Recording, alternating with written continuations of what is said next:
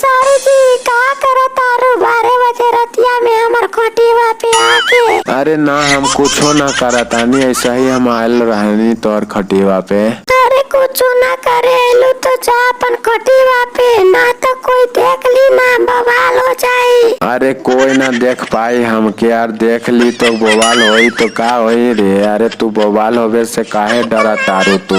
अरे बवाल होवे से ना डरी, हम अकेले बानी सुतल खटिया में, तो आ गइला है कोई देख ली तो बवाले ना होई। अरे बवाल होवे से इतना काहे डरा तारू, कुछो ना होई। अच्छा हमरा के बतावा तू 12 बजे रतिया में खटिया पर काची करे ले आइलू? अरे कुछो ना, ऐसा ही हम आयल रहनी एगो छोटा काम करे ले तोहर खटिया पर। अरे छोटा काम के नाम ना बतावा, कौन सी करे ले आइलू, ना तो हम ही बवाल कर दे हम। अरे रुखा हम बतावा तानी, तोहर गलिया पर मच्छर बाटे बैठल, ओकरे के हम मारे ले आइले बानी, तू का समझ ले लू?